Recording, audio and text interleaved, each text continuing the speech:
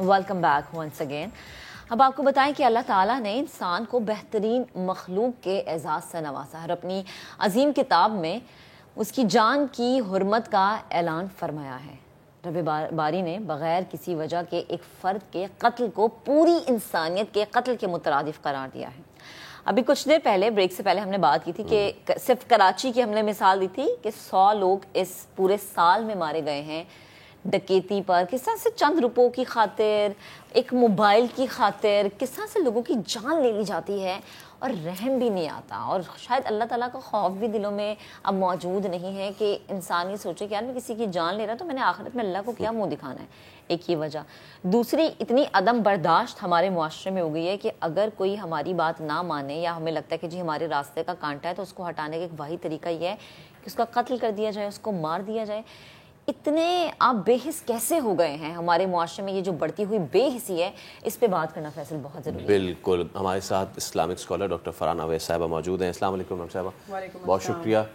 جمعہ مبارک. ویسے اچھا ڈاکٹر صاحبہ، یہ ابھی بریک پہ جانے سے پہلے ہی ہم بات کر رہے تھے اور جو ہمیں اسٹیٹس اور فگرز ملے ان اگر اعداد و شمار کو سامنے رکھا جائے تو اس میں سے ایک بات بڑی صاف اور واضح نظر آتی ہے.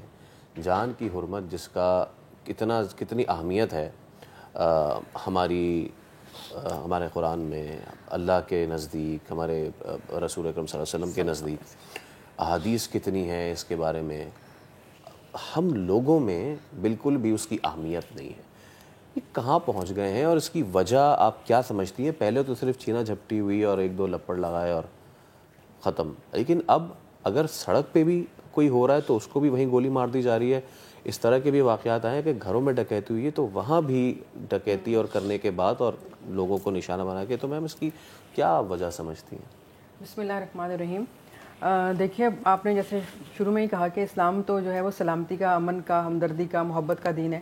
اور اللہ رب العزت نے جب انسان کو اپنا نائب بنا کر، خلیفہ بنا کر دنیا میں بھیجا تو تب بھی اللہ رب العزت نے اسے ایک نظام کے ساتھ بھیجا کہ دیکھو تم امن اور سلامتی قائم کرو دنیا میں، اور اس زمین پر جتنی بھی مخلوقات ہیں، صرف انسان نہیں بلکہ حیوان بھی، درخت بھی اور دیگر جو مخلوقات ہیں ان کو امن اور سلامتی سے رہنے کا حق حاصل ہے، تو ان کو رہنے دو. یہ تو اللہ کا نظام ہے. اللہ رب العزت نے اس کے ساتھ اپنی کتاب بھی دے دی کہ اگر سمجھ میں نہ آئے تو اس سے تم رہنمائی لے لو، یہ تمہاری رہنمائی کرے گی. لیکن پھر انسان نے کیوں یہ سب کچھ کیا؟ جبکہ قرآن بھی ہمیں بتا رہا ہے، احادیث بھی بتا رہی ہیں. مشہور و معروف حدیث ہے کہ مومن وہ ہے جس کی زبان سے اور ہاتھ سے دوسرے کو نقصان نہ پہنچے. یعنی مومن کا کرائٹیریا ہی یہی ہے کہ نہ وہ اپنی زبان سے کسی کو نقصان پہنچائے اور نہ ہی اپنے ہاتھ سے. یا زبان سے مراد یہ کہ ایسا نہ ہو کہ آپ یہ کہیں گے جی مجھے تو سچ بولنے کی عادت ہے، میں سچ بولوں گا، لیکن دوسرے کا جو ہے نا وہ دل آزاری بھی ہو رہی ہے، اس کو تکلیف بھی ہو رہی ہے. تو آپ گفتگو بھی ایسے کریں کہ دوسرے کو آپ کے لفظوں سے کوئی تکلیف نہ پہنچے. یہاں تک کہا. پھر قرآن پاک میں اتنے واضح طور پر ارشاد ہے کہ دیکھو تم ناحق ایک دوسرے کا مال اور ایک دوسرے کی جان مت لیا کرو. اور پھر اسی طرح سورہ نساء کی آیت نمبر 93 میں ایک موقع پر اللہ رب العزت نے یہ فرمایا کہ دیکھو تم ناحق کسی کی جان نہ لو. اگر تم بلا وجہ کسی کی جان لو گے تو تمہارے لیے ایک ہی سزا ہے اور وہ ہے جہنم کا عذاب، اور وہ مسلسل ہے. پھر اس میں مزید یہ فرمایا کہ اللہ تعالیٰ نے ایسے لوگوں پر لعنت فرمائی ہے اور اللہ کا غضب ہے ان پر اور وہ ہمیشہ اس میں رہیں گے. یعنی اتنا واضح طور پہ بتا دینے کے باوجود اگر ہم نہیں سمجھتے تو اس کی واحد ایک ریزن ہے کہ ہم نے قرآن کو نہیں پڑھا، ہم نے قرآن کو نہیں سمجھا، ہم نے احادیث کو نہیں پڑھا اور ہم نے اس کو نہیں سمجھا. ہم صرف دعوے دار ہیں کہ ہم مومن ہیں، ہم مسلمان ہیں، لیکن ہم نے اس سسٹم کو تو پڑھا ہی نہیں ہے جس کو پڑھنے کے بعد ہم مومن کہلا سکیں، یا ان احادیث کو، رسول پاک کی سیرت مبارکہ کو پڑھنے کے بعد ہم یہ کہہ سکیں کہ ہاں ہم نے یہ حدیث سنی تھی اور ہم نے اس کو فالو کیا. تو ہم کیسے مومن اور کیسے مسلمان ہیں اگر ہم ان تمام چیزوں سے دور ہیں؟ تبھی یہ سب کچھ ہو رہا ہے.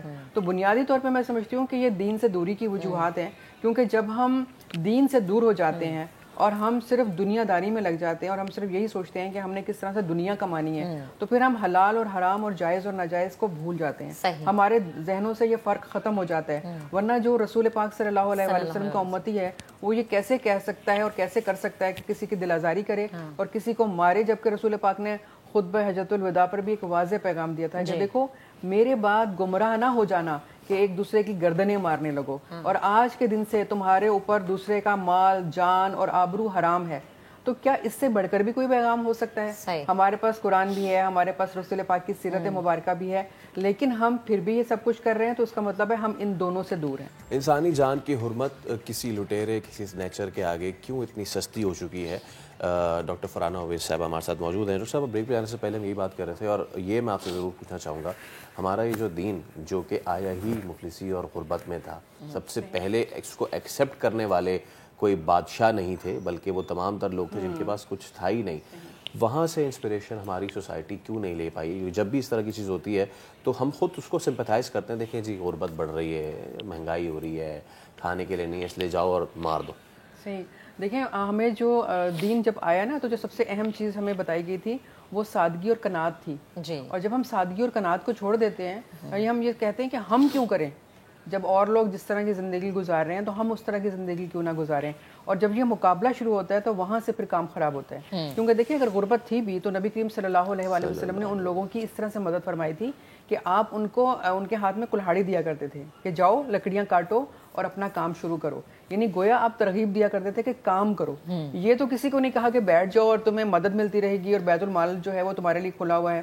یہ درست ہے کہ لوگوں کو خود سے کرنا چاہیے, لیکن کبھی کبھی جب ایک بڑے لیول پر یہ بڑھ جاتی ہے غربت یا اس طرح کے معاملات ہوتے ہیں, اس وقت حکومت کی بھی ذمہ داری ہوتی ہے. مجھے یاد آ رہا ہے وہ واقعہ جب حضرت عمر فاروق رضی اللہ تعالیٰ عنہ کے دور خلافت میں ایک خاتون ہنڈیا چڑھا کے جس پہ صرف پانی تھا اور وہ ابال رہی تھی اور بچے رو رہے تھے, اور آپ رات کو گشت پہ تھے, تو آپ نے جب یہ سنا کہ ابھی بچے مسلسل رو رہے ہیں تو آپ نے دروازہ کھٹکھٹایا کہ یہ اس گھر میں بچے کیوں رو رہے ہیں. تو اس عورت نے کہا کہ بچے بھوکے ہیں اور میرے پاس کچھ ایسا نہیں کہ میں ان کو پکا کے کھلا سکوں, تو میں نے دھوکہ دینے کے لیے یہ چولہے پر رکھ دی ہے پتیلی جس میں پانی ہے. تو آپ نے کہا تم نے جا کر خلیفہ کو کیوں نہیں بتایا کہ تمہاری حیثیت اتنی نہیں ہے؟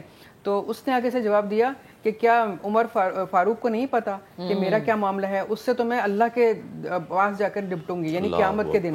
تو آپ کانپ گئے تھے اس کی یہ بات سن کر کہ جب اس نے یہ جملہ کہا کہ میں تو قیامت کے دن اس سے پوچھوں گی کہ وہ اگر خلیفہ ہے تو اس کو میری خبر کیوں نہیں ہے. تو یہاں پر یہ بات بڑی امپورٹنٹ ہے کہ کیا سارے غریب جو ہیں وہ خود ہی جا کے بتاتے رہے حکومت کو نہیں پتا کہ اس وقت جو حالات ہیں اس میں وہ اس کو آسانی دے. ان کے اوپر بہت سارے معاملات ایسے ہیں جن کو آسان کر دے تاکہ ان کا زندگی کو گزارنا آسان ہو جائے. یہ ضروری نہیں ہے کہ آپ ان کو پیسے دیں, جا کے آپ ان کے ٹیکس کے معاملات میں نرمی کر دیں. بہت دفعہ ایسا ہوا کہ ٹیکس جو تھے وہ ختم کر دیے جاتے تھے, جب قحط پڑتا تھا یا ایسے معاملات ہوتے تھے تو خلیفہ وقت جو تھے وہ ٹیکس معاف کر دیا کرتے تھے.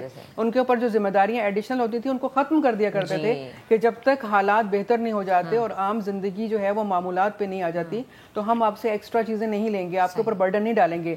تو میں سمجھتی ہوں یہ حکومت وقت کی اس وقت ذمہ داری ہے, جب کوئی بھی کرائم یا کوئی چیزیں بڑھ جاتی ہیں تو پھر وہ ایک انسان کے اختیار میں نہیں رہتی, پھر وہ ایک بڑے لیول پر کام کرنے کی ضرورت ہوتی ہے اور وہ حکومت کر سکتی ہے. صحیح. ڈاکٹر صاحبہ تھینک یو سو مچ, آپ ہمارے ساتھ موجود تھی, گفتگو کر رہی تھی, آپ نے وقت نکالا.